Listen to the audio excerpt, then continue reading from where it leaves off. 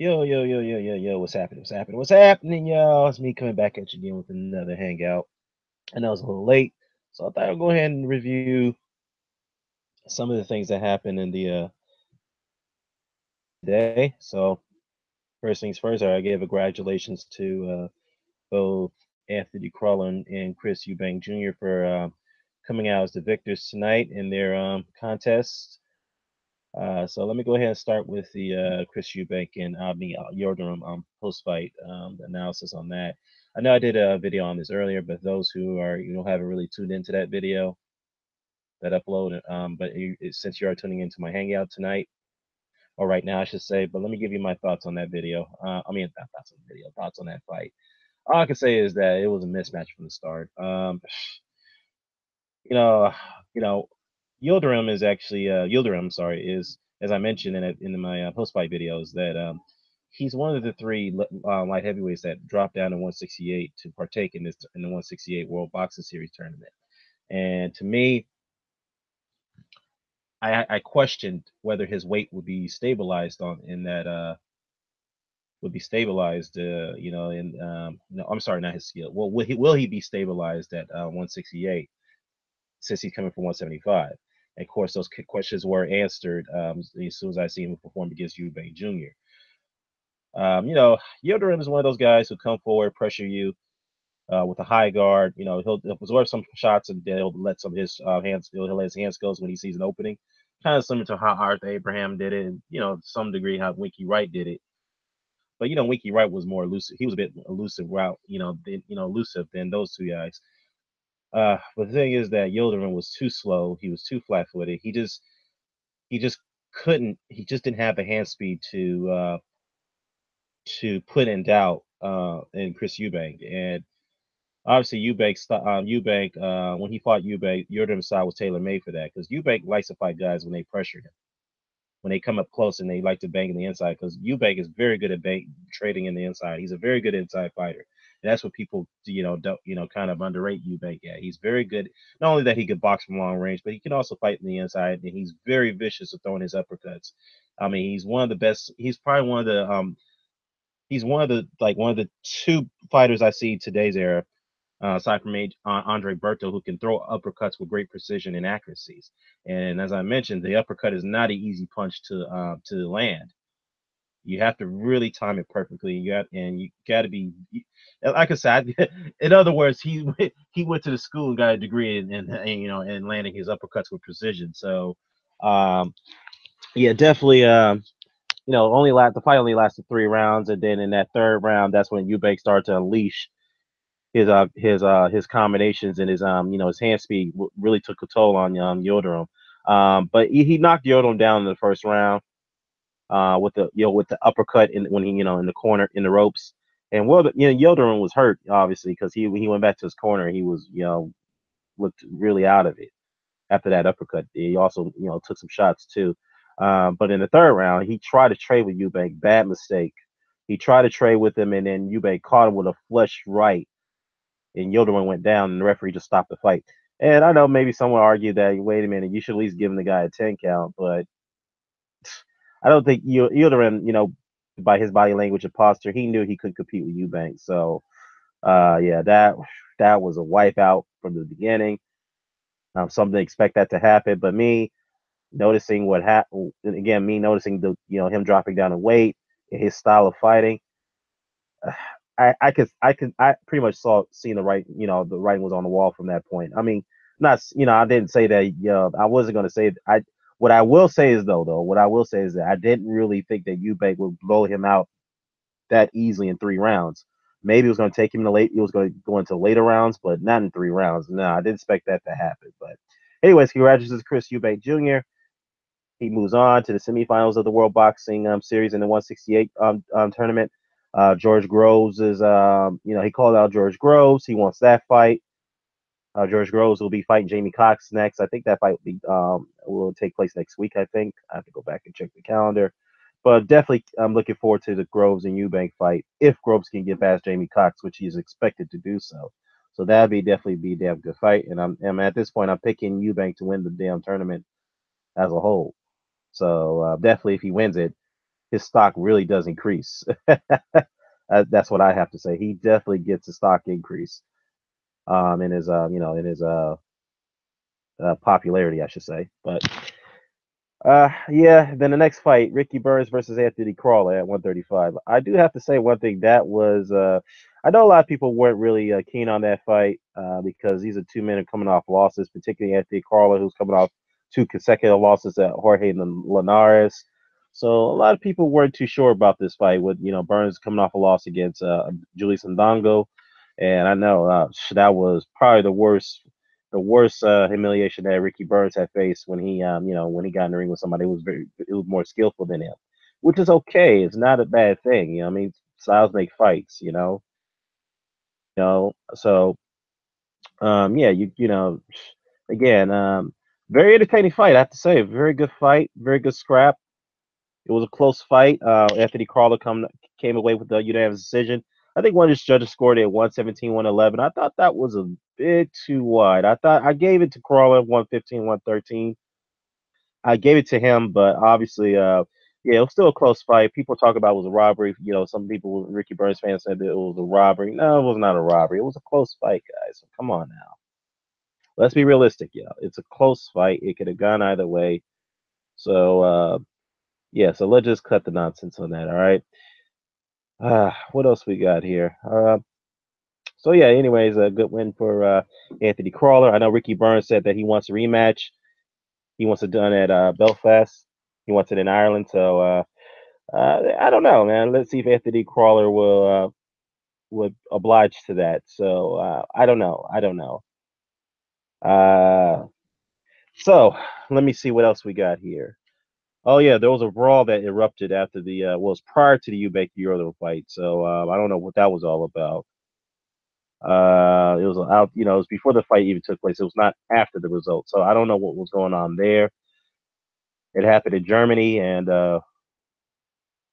obviously fans of Yildirim and the British fans were going at it. So yikes! I mean, I would expect this at a Billy Joe Saunders event. I mean, Hatman threw out a video on that, but I did expect this to happen at a Eubank and Yildirim fight. But obviously, it happened prior to the fight, not during the middle of the fight or after the fight. So yeah, that right there is a bit unusual there.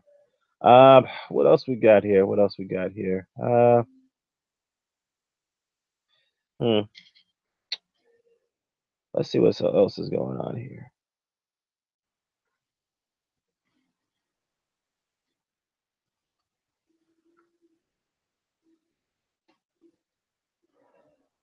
Let's see. Another news. And Roman Gonzalez calls out Saram Desai for a third fight. Mm. I don't know about that one, but let me see.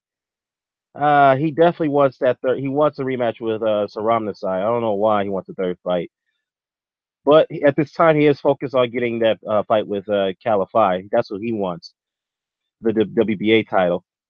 So he hopes that obviously they're making a proposal right now for that fight to happen. So we'll see, as details further develop, we'll see where that goes. But again, I mean, you have to say one thing about Chocolatito, man. He's getting back in the fray, man. And some would like say, I don't know, man. You suffered two tough losses, especially a brutal knockout loss to Saramna side. Why would you get in there against another, fighter who could potentially be dangerous at Calify, who's a big 115-pound super flyweight? So I don't know about that one. Some people will argue that. So I mean, argue against it, but this is what he wants, and that's what his team is proposing at this moment. So we'll see how that, see what comes out of the negotiation process between Roman Gonzalez versus Calify. Now, if that fight does happen, who would I favor? I definitely, at this point, probably give the edge to Calify at this moment. I mean, because he is very strong for a super flyweight. So, I mean, I don't know, man. To me, it's potentially a dangerous fight for Chocolatito to take at this point, but you have to commend him for trying to get back in the fray, especially suffering two tough and two losses, particularly his rematch against Sarabia side where he's brutally knocked out. So, uh, but it seems like based off the interview he gave, he seems more focused now. I like it the second fight where Saram decided he wasn't quite there. He wasn't too focused. So he seems more focused. He seems more keen. He seems more let's see, motivated. So I mean, this is what he had to say here. He said here, quote, I wanted to fight in December, but they didn't give me the opportunity. They told me to rest. So now if I get a world title, I might get the opportunity with Rum decide. I wanted you to fight the titles with him. Out of this, the great things will come. I mean, there are boxers who have fallen and they have risen, which is true. You get hurt. I mean, you get knocked down, you get back up, like Jorge Linares after he suffered brutal losses to the likes of Antonio DeMarco. People weren't too sure about Jorge Linares in his career. I think he also fought Orlando Salido. I think he did. Let me check. Who else did he fight? I know he suffered a brutal knockout loss to Antonio DeMarco. Uh, Let me see. Who else? No, he beat Larios. That's way over here, Larios. Uh, yeah. So basically, yeah, when he lost to Juan Carlos Salgado and DeMarco, and then suffered after the DeMarco loss, he suffered a second straight loss to Sergio Thompson. People, were like doubtful about Linares in his career at that point. They like, I don't know, man. So DeMarco, who was not at his best at that time when he fought him, you got knocked out. He was winning that fight. So people weren't too sure about Linares in his career. Where could he go at this point? And he was able to, to rejuvenate his career when he was able to travel other parts of the world, get a string of wins. Ever since the Thompson loss, he's won 11 straight fights, 12 straight fights, or you can say 11 straight fights. He's made five successful title defenses when he got back the WBC lightweight title. So so Linares has rejuvenated his career. He's got some pretty good wins against Anthony Crawler, Kevin Mitchell, recently against Luke Campbell, which was a very tough fight. But now Linares and Mikey Garcia's fight's been ordered by the WBC, so that's definitely a fight that people have been wanting to see for a while. It's happening, so we'll see how the negotiations and the deal, how the terms are being played out here. So back to Chocolatito, he does have a point. I just wanted to use Linares as an example. Tough losses, you can definitely come back and rejuvenate yourself, and that's exactly what Linares did. Obviously, it's not against you know, it's not against you could say what's the word I'm looking for? Elite opposition, as you want to call it. But Anthony Crawler and Luke Campbell are very good fighters, so you can't discredit with them. And Kevin Mitchell's a decent fighter himself as well. So yeah, so Linares is definitely definitely is a perfect example of that. So yeah, let's so Chocolatito also went on to say that look, so when he also said that, look, I said that when I lost, I have no excuses. Everywhere that I've gone, people have responded very well, so that feels my satisfaction. Now, in all my fights, I'm in the best condition. Ramnasai knocked me out. He landed a punch that I did not expect, and he connected very well. Now, he is a very difficult southpaw, and I have to give him credit. I have no excuses. So Gonzalez also talked about the possibility of having a new trainer, explaining that the main thing is that to have a head coach, we're looking at some options.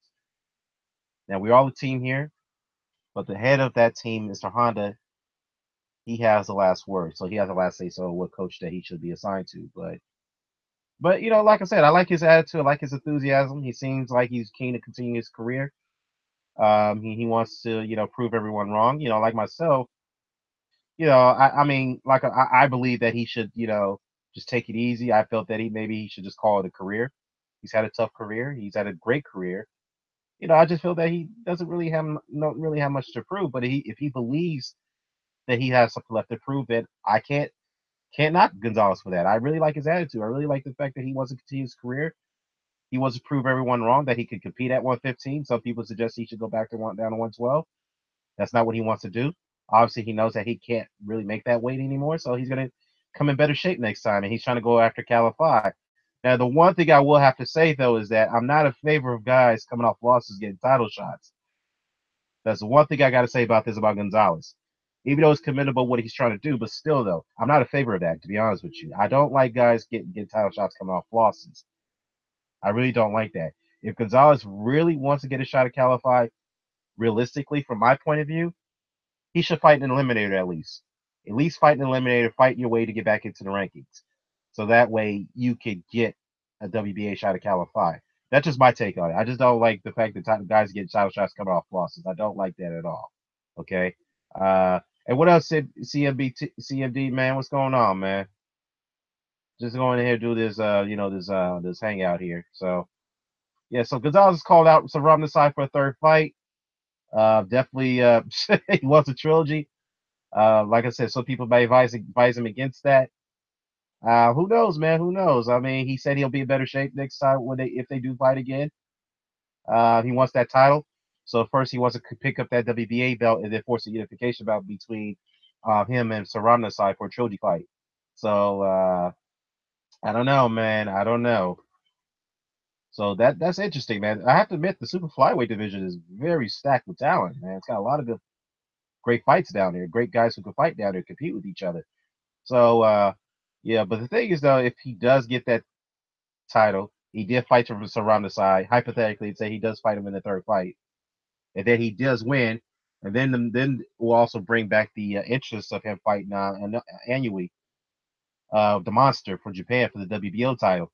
So that'd be another unification bout. So that's a fight that made people will be interested in fighting, be interested in again. So he's, obviously his goal is to bring his stock back up. That's his goal. He's trying to pull all the, what you call prove all the naysayers wrong on this issue. So yeah, we'll see what Gonzalez. We'll see, what his next move would be. But again, I don't like the fact that, guys getting title shots coming off losses. Uh, yeah. Let me see what else we got here on the news here. Oh, Connie the Hawk Hawkins had passed away today. I mean, a couple of days ago. Yeah, I guess you. Or actually, I think he passed away today. Sorry, yeah, he passed away today. Connie Hawkins, or I think was it yesterday? No, he passed away. Yeah, he passed away yesterday. Connie Hawkins. Those who don't know who Connie Hawkins was, a great all-time great basketball player, NBA legend, ABL legend, and ABA legend. Okay. He died. The cause of death was unknown. They haven't announced how he passed away. I haven't got any details on that. It was announced by the Phoenix Suns organization, who he was he was a legend on that team for Phoenix. But the thing about Connie Hawkins, the reason why people didn't mention him or talk about him for many years is because he was involved in a scandal back in 1961, and they dubbed it the college basketball gambling scandal, which is point shaving. Okay, and this happened in 1961 when he was playing for the I think it was the University of Iowa. I think he was playing for in college. I could be wrong about that. What college did he go to? Yeah, it was at Iowa. Yeah, it was Iowa. Okay, and in court, what happened was he was questioned. He was the face of that point shaving scandals, and the fact is he was interviewed by multiple investigators, including and multiple investigators and so forth, and he was found to be in no wrongdoing. However, he was found that he was not. I'm tongue twisted here.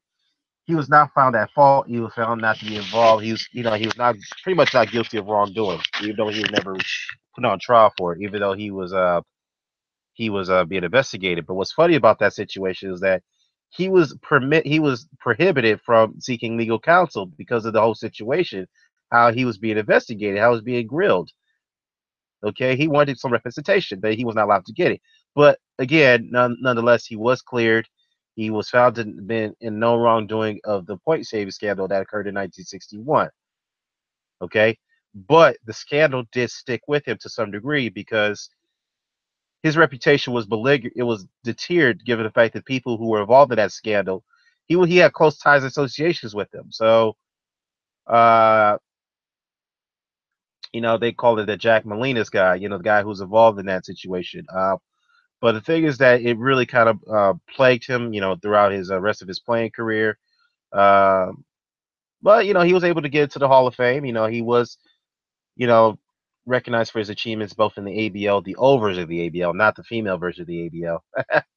um, that only lasted for 2 seasons or 3 seasons, from '96 to '98.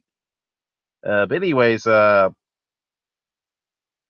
he, obviously, he went on to have a Hall of Fame career. He became an all-time great with the Phoenix Suns. He was, he did many great things. He was a high flyer too. The guy was very, he had a high vertical entry, vertical leap too. So he was very athletic. But God rest his soul. You know, he died at the age of 75. Can't be forgotten. So yeah. So Connie Hawkins. God rest his soul. Well, let's go on to what else we got here. The 2017 WNBA champions Minnesota Lynx. Well, and the Minnesota Lynx are once again the WNBA champions. They won their fourth title. They beat my LA Sparks, which I'm like, oh man, I can't get over that. Close game. My girl, one of my favorite players, Nneka Ogwumike, she got fouled out, which I think was a turning point. Candace Parker did her thing, but the Lynx were just played. They were just too tough, man. I mean, every time they chopped into that lead, they get close to 4 in the second half. The Lynx would just pull away, man. It's like, damn. I mean, hey, I can't be mad because the Lynx, they won. Congratulations, they fought another tough series against the Sparks, which is looking like some people are dubbing it to be the Lakers versus Celtics rivalry of the '80s. That's what it's looking like in the WNBA. But let's be honest there. That series, had lots of crowds, a lot of viewerships. The WNBA, as a whole, the whole organization won that night because you had over millions of people tune in to watch that finals. You had 8 million in Minnesota. You got a little bit over close to a million over here in LA. And then you had the other markets that did like 5 million views, and so forth. So the average view is like 1.1, I think, or 1.5. So the WNBA won that night. So their popularity is pretty much has grown now ever since Lisa Borders has taken over as president of the organization. And a lot of people don't like Borders at this point because she's seen as a person who's trying to get photo ops a lot of celebrities like Magic Johnson and like Dwayne Wade and others and all that stuff. And she's starting. Some people are looking at her as a David Stern of the WNBA. All right, but hey, if it gives them attention, why not? And some people look at Lisa Borders as almost a bit controversial to some degree, but it'd be interesting to see what happens in the offseason with these transactions, especially with the free agent market about to come up. So congratulations to the Lynx. Yeah, we'll see. The Sparks will definitely come back. I mean, they just still got a good squad. They definitely got to make some changes because they need a bench. So that's the one thing they're lacking. And I wish Brian Agler would use his bench a bit more, but obviously he wouldn't do that because of a tough game like that. He has to rely on his veterans. So we'll see. We'll see. What transpired. We'll see. We're still waiting on that draft order. I don't know why they haven't been announced yet. Maybe there is a couple, or maybe a few expansion teams that's going to get involved in this. So that's probably why they're waiting on it. So we'll see. We'll see. We'll see how that plays out with the WNBA. But anyhow, it's not much of a long hangout, guys. Not too much going on, but I will have to say this. I will say this. I'm gonna comment on this, and this will be my last time comment on it until they actually fight. If it does come about, okay. This Deontay Wilder, man. He says that either Joshua is scared or he's dope and make the fight. First of all, I gotta say something about Deontay. First of all, Anthony Joshua got a mandatory he's got to deal with. Okay, he's got Cooper Pulev. You got Bermay Sever. So what you need to do is focus on your mandatory at this point. All right, forget about Anthony Joshua right now, man. Forget about it right now. You need to focus on your mandatory because right now, from the looks of it, you're overlooking your mandatory, and that's a bad mistake in my opinion. Do not overlook your opponent because if Severn knocks you out, if he beats you, or if he makes you look bad, then basically this does not look good when it comes to the about you trying to fight Anthony Joshua, a fight that people want to see happen next year. Okay, so you need to focus on Stavern and let Joshua focus on Pulev. All right, just let it be. All right, and then we'll go about your business because I don't like the fact that you bring up Anthony Joshua every single time. In the social media, in the interviews, I don't care, man. Just focus on the task at hand. Both you guys, both you and Joshua, get past your interim fights, your mandatories. Then okay, you guys could somehow, then maybe you could talk about it, but don't talk about it right now. Take care of your business first, man, because I don't like the fact that you're overlooking Severn. I do not like that at all, and that you need to be concerned about that. Okay, so that what has to be said there. Okay, now another thing I wanted to comment on. So some of the guys are saying that Deontay Wilder. Man, I'm not gonna get into all this, man, because this is toxic right now to me. This whole Wilder and Joshua talk, it's so toxic. But the only thing I will say is, yeah, I just said my piece on that part. About Deontay Wilder, I would say is that I'm not gonna comment on this situation anymore until that fight actually happens. If it does not happen, so what? Boxing lives on, okay? If it does not happen, Deontay Wilder still needs to fight top heavyweights. That's all that needs to be said. He still needs to fight the top heavyweights in the division, the top 5, the top 10. He's got to still do it. He's still got to do that, and so does Anthony Joshua. So boxing will still live on if that fight does not happen. It's not the end of the world, okay? So we as boxing librarian says, and he makes a good point. There's been this sport has been going on for many decades and centuries, long before any of us were born. Many great fights never happened, but the sport lives on. The sport lives on. So I would like to see the fight happen, but if it does not happen, then will I be disappointed? Absolutely. But the fact is, the sport will live on. Okay, both of these guys will still have a career at some point. They still gotta fight fight top heavyweight. So they gotta, they still gotta, they still gotta fight top tier competition, even if they don't fight each other. Okay, so we'll see, we'll see. All right. So again, I'm not gonna comment on this until it actually happens. Okay. But the one thing I will have to say is this: is that please, those who call Anthony Joshua a coward, a sissy, guys, come on, let's be real. He's not a coward. He's not a sissy. He's not a pussy. No, he's not. Okay. Was it disappointing when he said in that interview on Sky Sports? Absolutely, it was disappointing what he said. But at the same time, he's not scared of the guy, and neither is Deontay Wilder. Okay. So again, what Deontay Wilder needs to do is don't focus on Anthony Joshua right now. Focus on what you at the task at hand. Focus on him. Focus on Dillian White. I'm sorry, not Dillian White. Focus on Bermane Stiverne. Then fight Dillian White. I would love to see that fight next, okay? And then if you get past Dillian White, then you can fight Anthony Joshua if that fight comes up. But like I said, you gotta fight. You gotta get some top guys on your resume, man. It's not looking that good. I'm just being real. You gotta focus on what you can do at this point. Plain and simple, all right? So just don't overlook your opponent, Bermane Stiverne. So that's all I got to say about that, man. So all this UK versus US rivalry stuff, no, cut it out, y'all. We don't need that, okay? We don't need that. I'm gonna talk it to both sides, please. On the US side, please don't alienate your UK fans, man, because we all have this, this. We all have a good understanding when it comes to the sport of boxing, okay? We all agree to disagree, but just don't do that to Joshua, okay? Just don't alienate the UK fans by slandering him. All right, just don't do that because he doesn't deserve that. Okay. As far as Deontay Wilder is concerned, does he what the things he does warrant criticism? Absolutely. But I think that the criticism against Deontay Wilder has gone way too far. It's gone way over the top. I agree with Hatman on this. I think Deontay Wilder gets too much unfair criticism, in my opinion. You know, but again, he does the stupid things he does. He does need to be called out on it. But every fighter, when they do things wrong, they got to be called out. But the thing is, I think the criticism against him is way over the top. I think that it just needs to be cut out on both sides. Please, please, we got to tone down the rhetoric, guys. We all want to see that fight happen, but at this time, it's not going to happen soon.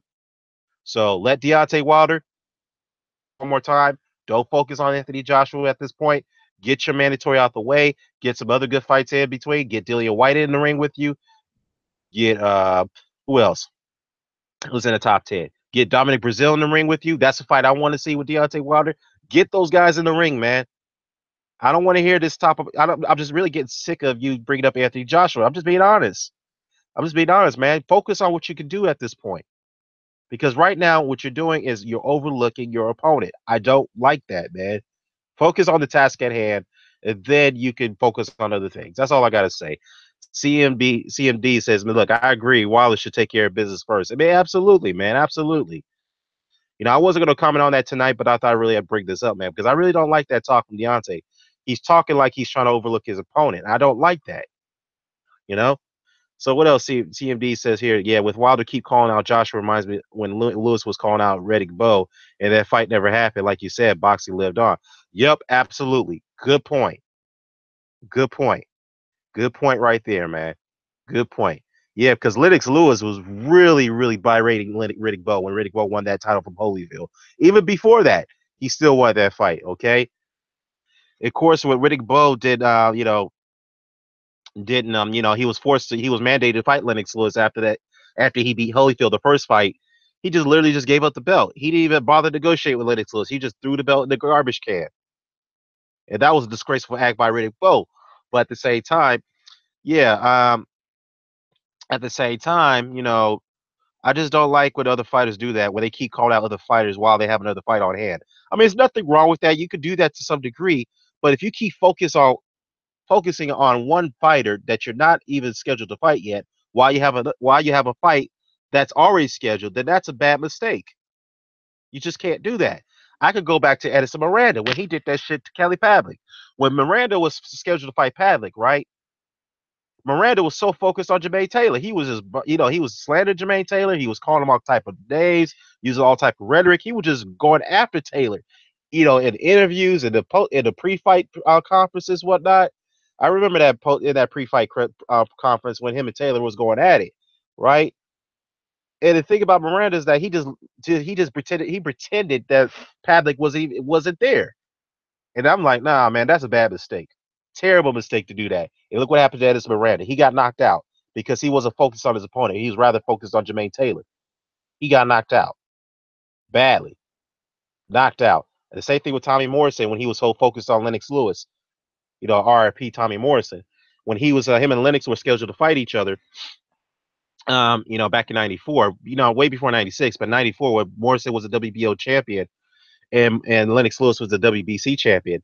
They decided he was so focused on Lennox Lewis, rather than his opponents at one point. And then one day they agreed to a deal, and they both had to get past their interim fights. Morrison had to get past Michael Bitt, and I think Lewis had to get past who was his interim fight? I think it was Tony Tucker. I think that he had to get past. I think it was Tony Tucker. I could be wrong there.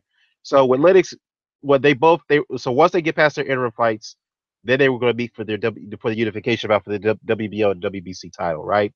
So Morrison totally neglected Bitt. All right, he didn't take him very seriously. He overlooked him. He was so focused on that Lennox Lewis fight because that was a big money fight for him. That's what he was focused on. As soon as Morrison got hurt, he got knocked out. That was the end of the story. You see what happened to him when he was so focused on Lennox Lewis rather than his opponent. Like I say, it's just that you just don't do that. That's dangerous when it comes to sport of boxing, man. Overlooking your opponents. You just don't do that. Okay. Let me see. CMD, man. You only one comment on here tonight. That's unusual. I usually get a lot of commenters here. But anyways, this is all good. It ain't the end of the world.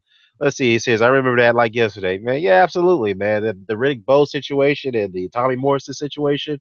Well, the Riddick Bowe and Lennox Lewis situation and the Tommy Morrison Lennox Lewis situation. So yeah, I remember that like yesterday, man. And some Miranda and Jermaine Taylor. Yeah, I remember that. So just Deontay, man, I like you, brother. Just keep Joshua's name out of your mouth for now, man. Just focus on the task at hand and take care of that. Did get Dominic Brazil in the ring with you or Dillian White. I'd rather get those guys in the ring with you, man. All right. So if the Joshua fight happens sooner than later, then okay. All power to you guys. But at this time, it's not going to happen, so we're going to have to wait on it. Plain and simple. All right. So I hope we can all compromise on that, right? So again, I don't believe in this U.S. versus U.K. rivalry. That we don't need that. We already came over the Manny Pacquiao and Floyd Mayweather situation. We don't need that type of toxic situation again. All right, so we all need to cut it out. So cut it out, all of us, man. I'm talking to everybody. Just cut it out. All right, let's just focus on boxing. Let's focus on what's at hand at this point. And I implore everyone just to see it from my point of view. Okay, so what else we got here? Hmm. And again, about Deontay Wilder accusing Anthony Joshua of doping. First of all, Anthony Joshua just signed up for VADA. All right. I'm not sure if Deontay Wilder have gotten the news, but that happened. Okay. So another thing I gotta say too is that don't a lot of people are gonna look at this and I'm going in on Deontay Wilder. I'm just speaking I'm speaking from a rational perspective here. If you keep accusing fighters of doping, man, this is gonna come back to haunt you, man, because what if you fail a drug test? Oh man, that will be a disastrous situation for you, man. I'm not saying that's gonna happen, Deontay. Just don't keep accusing fighters for doping, man, because if you do that, that's dangerous. That's dangerous territory for you, man. Just don't do that. Okay? Let's just don't accuse anybody at this point without no evidence. Anthony Joshua is on VADA. He's enrolled for VADA now. So, uh, but does that mean he'll be conducting random trial drug testing? Maybe. We'll see. But he is part of the VADA. He is part of VADA's testing program. So that's a good sign. So what else we got here? So again, just don't accuse Anthony Joshua of doping. He is on VADA. So let's. Yeah, so just come on, man.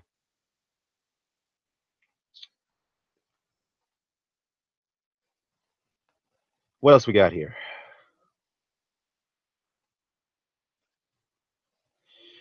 Let's see. CMD says, look, Joshua can't be using dope because he gasses out too much.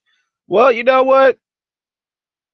That's somewhat of a good point, but then again, just because you gas out doesn't mean you're not using PEDs. Now let's be realistic, man, because there's all sort of PEDs that you can use. There's some sort of form of PEDs that gives you strength rather than endurance. There's another form of PED like Meldonia that gives you endurance rather than strength. So uh, yeah, there's all sorts of PEDs that works for one specific area. So that does just because he gasses out doesn't mean he's on anything. But again, I don't believe at this point. I don't believe Anthony Joshua is using anything at this point because he hasn't been. He's tested clean so far. He is registered through VADA, so Deontay Wilder could cut that out right now. So he is part of VADA's testing program. He registered. I think he registered. What day did he register? So he registered. Well, it just says that they welcome him to the VADA testing program. So he may have registered about maybe a week or two ago, a couple of days ago. So yeah, yeah. So that's So Anthony Joshua is he's doing the right. He's making the right steps. He's doing the right thing. So Deontay can't accuse him of doping at this point. He can't do that. So I wish he stopped accusing a lot of fighters for doing that. Okay, because again, that's dangerous territory for him, man. You just again just do you, Deontay. Just focus on you, man. Just again, just focus on the fights at hand, man. Because right now you're getting a lot of criticism, man, and you just gotta handle your business. That's all I gotta say, man. Just handle your business. All right. So let's see what we got here. Uh, so yeah, that's all I gotta say about that right there. I'm not gonna comment on it anymore until further things develop. Let's see what we got here. Oh, Miguel Cotto versus Sadim Ali. Yeah, I know you brought that up. Let me go into details about that. So we do know now that Saddam Ali will be his next opponent. It won't be David Lemieux. I was hoping it could be David Lemieux. I mean, actually, no. Yeah, I was hoping to be David Lemieux, but I could understand Miguel Cotto's not going to take a dangerous fight like that, especially if it's his last fight of his career. No. So I could understand Saddam Ali would be lesser risk than David Lemieux. So let me go ahead and read the details on this fight. So let me see. So basically, there was an open discussion whether Miguel Cotto could face the winner of Golovkin versus Canelo. That the fight that took place last month. Of course, there was no winner there, so obviously that was not going to happen. So it appears though that Cotto has chosen a far less dangerous opponent for his farewell fight. The newly crowned WBO super welterweight champion or light middleweight champion reportedly will face welterweight contender Saddam Ali. On ESPN News Saturday afternoon that Cotto Ali has agreed to terms to meet in a bout on HBO televised live on the network. Both COTTO Ali are promoted by Golden Boy Promotions, which would very obvious how that fight got made easily. And David Lemieux was promoted by Golden Boy himself, so yeah. So anyhow, Puerto Rico's COTTO could face a more appealing opponent in his final fight, but apparently wasn't willing to take on former IBF middleweight champion David Lemieux. COTTO isn't willing to box beyond the end of his career either. So the former four division champion has stuck to what he began stating in January of this year that this will be his last year of boxing. The 36-year-old COTTO ended a 21-month layoff when he dominated Japan's Yoshihiro Kamugai in their 12-round fight in August of this year at the StubHub in Carson, California. So COTTO claimed that the then vacant WBO 154-pound title championship claimed it, obviously. Before facing Kamugai, Kova had fought since losing a 12-round unanimous decision to Canelo Alvarez, which I felt he won that fight. It was a disgrace how they scored it, in my opinion. But anyways, it is what it is. We move on. Dom Ali, 25-1, 14 KOs. An American Olympian from 2008 from Brooklyn, has won 3 straight fights since losing to Jesse Vargas, who stopped him in the 9th round, which is totally unheard of. I didn't expect that to happen. In March of last year in their bout in Washington D.C. to capture the vacant WBO welterweight title. In his previous HBO appearance, Ali upset Argentinians Luis Carlos Abrigo. Ali defeated Abrigo by 9th round TKO in November 2014. In Atlantic City. So that was 2014, though. Yeah, it is what it is. So what do I think about that fight? I always expect COTTO to win it. So Ali's going to go up to 154. More likely, this is going to be contracted at 154. So the WBO title will be on the line. So we'll see how this plays out. But I expect COTTO to win it. I can't see how Ali can win it. I mean, I could be wrong though. I could be wrong. If COTTO does lose this fight, it's not in the world. He's had a great career. No one can question who he's fought and who he hasn't fought. I mean, obviously, yeah, there's some fights he didn't fight, but he's got a resume that's really piled up.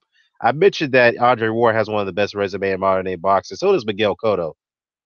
Miguel Cotto is up there too, along with Manny Pacquiao and Andre Ward. So he's got a lot of who's who's. He's fought a lot of who's who's. He's beat a lot of big names. So he doesn't need anyone to question his resume. So he's had a great career. The only thing I would say is that Cotto was never a unified champion, so that's the one thing you can say that's a blemish on his record, along with Manny Pacquiao. But they're both in the same boat. They're both single title holders, but they've all accomplished a lot as single title holders. They fought a lot of who's who's. They beat a lot of who's who's, and so forth. A lot of big names. Lost to some big names himself. No shame in that. So, he's had a great career. So we'll see what happens in that fight when it comes up in December. So, yeah. So to your question, CMD, yeah, that fight will happen. It's going to take place between COTTO and Ali. Very interesting fight.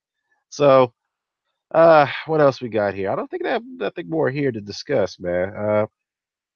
So I just want to come over here, give you guys my thoughts on the fights that took place. I know on the UK side it was yesterday. On this side it was today. But it's about to be midnight over here on the West Coast, which is I'm on the West Coast. I'm in Southern California, so I know everybody's sleeping right now. So I guess that's why I'm not getting much interaction of the live chats other than CMD, which is all good, man. It's all good. It happens, you know what I mean? So I guess in the morning we're gonna get more interaction, obviously, particularly on the UK side. Uh, so other than that, that's all I gotta say here. I'm gonna wrap this up, y'all. So other than that, I will give you a shout out to you, CMD. So anybody don't know who CMD Boxing Reports is, you guys check out his channel. He's got great content there, so go ahead and look him up. Other than that, I am out. Peace.